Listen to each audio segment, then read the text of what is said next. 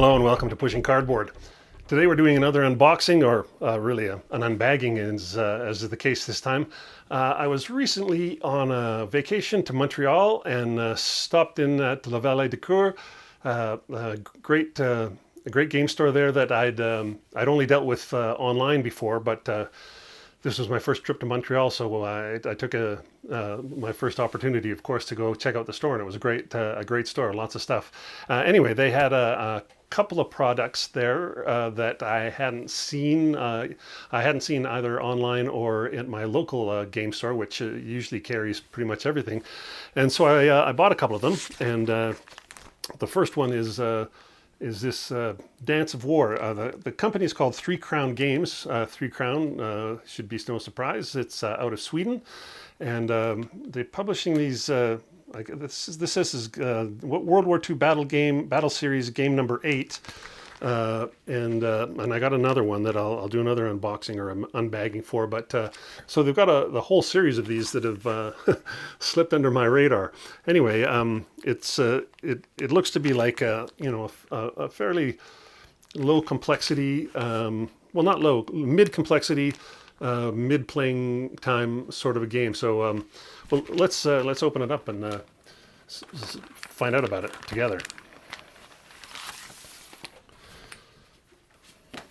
Yeah, classic use of the title card. The backside is a player aid card with a combat results table, the odds-based combat results table, a very big random event table. So that's going to take that's going to be a big part of this game, obviously.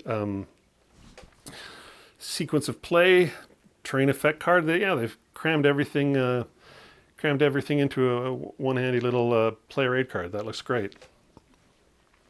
Here's the rule book, full color it looks like, and matte paper, which I always kind of love. Easier to write on, no glare.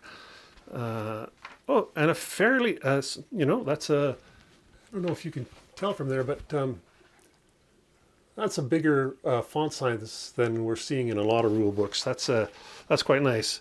So 2-column, doesn't look like there's much in terms of illustrations, or there's a few examples, but not much. So looks like 12 pages of rules, and then setup tables at the back, and some designer's notes and optional rules. So that's that. So that's 11 pages of rules. I said that's a fairly that's a pretty easy lift. Another copy of the player aid card with the back of the package there. I just had it in the wrong place. And here's the counters. What kind of count? Okay, are these? Well, I'll let you have a look at them before I take a closer look myself. But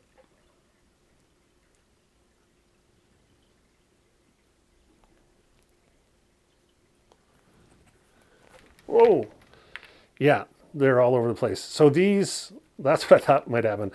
These, I don't know if they're laser cut. These got to be laser cut. There's no no nibs. There's no corner nibs, side nibs, or anything. So they are, they're perfectly cut. No problem there. The printing is colorful, but it's not totally crisp. It's not. It doesn't look as crisp as you see on the printing on some other games that we from bigger publishers. I'm not knocking them; they look pretty good, but there's just something a bit slightly less crisp. That's the way I'll put it. Got to be careful not to let these fall all over the place. So when I turned it over last time is when they all jumped out on me. Here we go.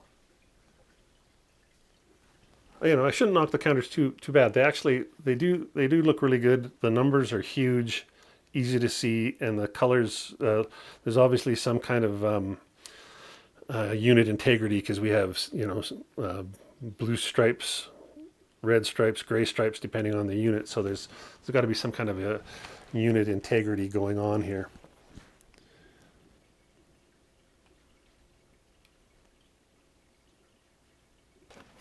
Here's the map board. So this counter's out of the way. Paper map, of course, as befits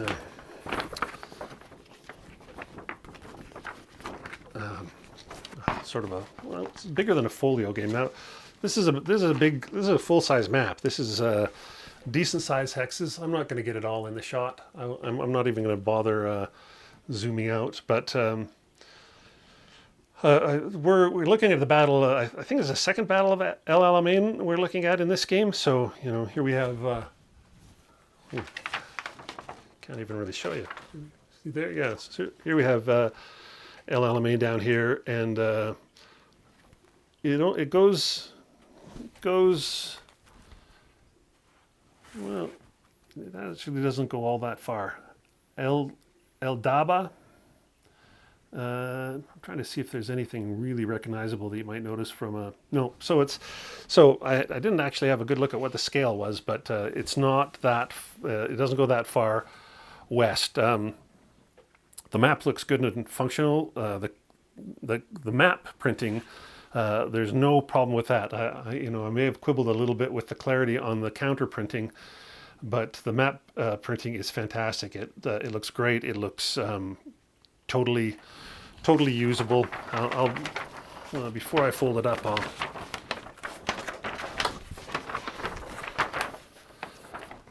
bring a little bit of it so you can. There we go. Can we see?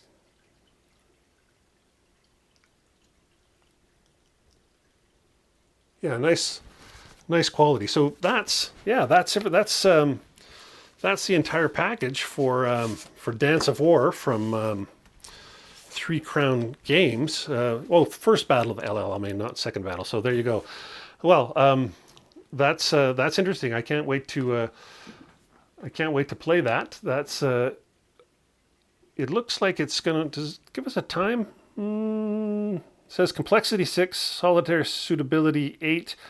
It doesn't give a time to play, but says replayability 8. So, well, there you go. Yeah, I look forward to checking this out. I have another one that I'm going to I'll open as well, do an unbagging for it. But I'm pretty sure I'll get to these to my table pretty quickly because they look like they're going to fit in that sweet spot of something that might be playable in maybe in an evening or a day. Yeah. Anyway, thanks for watching this unbagging. I'm Grant Lindenberg for Pushing Cardboard. Please check out the podcast if you haven't already. Pushing Cardboard. It's available on Apple Podcasts or Spotify or wherever you get your podcasts. Thanks again.